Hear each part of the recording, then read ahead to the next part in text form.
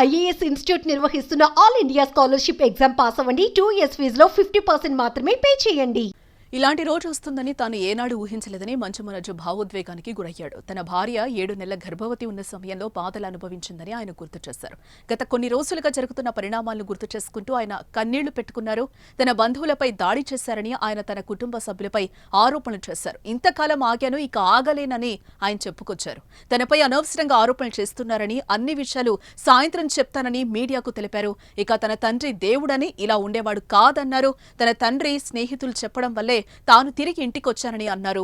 తన వ్యక్తిగత జీవితం మినహా తాను ఏ తప్పు చేయలేదని ఆయన స్పష్టం చేశారు. ప్రేమించిన అమ్మాయిని పెళ్లి చేసుకున్నా ఆ అమ్మాయి కోసం పోరాటం చేశారని మనోజ్ తెలిపారు.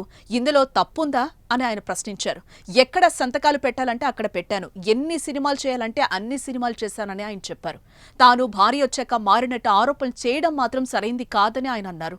తన అన్న వినయ్ వల్ల తన తండ్రి మారాడని ఆయన ఆరోపించారు. తాను మద్యానికి బానిసగా మారి దాడి చేశానని, తన తండ్రి చేసిన ఆరోపణలపై ఆయన ఘాటుగా రిప్లై ఇచ్చారు. తాను మద్యం తాగి ఎవరిపై దాడి చేశానో చెప్పాలని అన్నారు. సీసీటీవీ రికార్డులు బయట పెడితే అన్ని విషయాలు తెలుస్తాయని అన్నారు మనోజ్.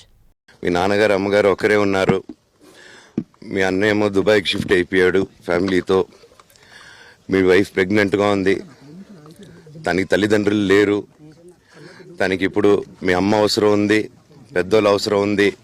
నువ్వు అక్కడే ఎలా చూసుకుంటావు అంటే, నాకు ఆ రోజు మా భార్య కూడా ఒకసారి వాళ్ళు అన్నీ చెప్తున్నారు కదా, ఎందుకంటే ఒకసారి వినండి అంటే, సరేమ్మా నీకోసం వస్తాను అని చెప్పి మళ్ళీ తిరిగి రావడం జరిగింది.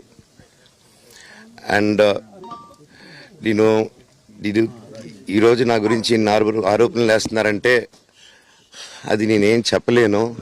ఓన్లీ మీకు ఆధారాలు మాత్రమే చూపించగలుగుతాను.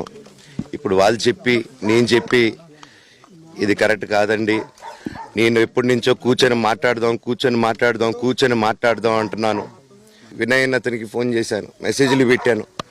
సార్ వాట్ ఈస్ హ్యాపెనింగ్, నేను కావాలంటే కాలు మీద కూడా పడతానండి, ఈ ఇష్యూ క్లియర్ చేయండి, మాట్లాడుకుందాం అంటే చాలా దురుసుగా రిప్లైలు పెట్టారు. నేను ప్రతిదీ ఈరోజు సాయంత్రం 5:30కి ప్రెస్ మీట్ పెట్టి ఇన్నాళ్ళు ఆగానండి, ఇంకా ఆగలేను. ఈరోజు ఈవినింగ్ ప్రతిదీ చెప్పేస్తాను. మోహన్ బాబును వెంటనే అరెస్ట్ చేయాలి. మోహన్ బాబును వెంటనే అరెస్ట్ చేయాలి. మోహన్ బాబును వెంటనే అరెస్ట్ చేయాలి. మంచు విష్ణును అరెస్ట్ చేయాలి. మంచు విష్ణును అరెస్ట్ చేయాలి. మంచు విష్ణును అరెస్ట్ చేయాలి. మోహన్ బాబు మంచు విష్ణుల దౌర్జన్యాన్ని అరికట్టాలి. మంచు విష్ణు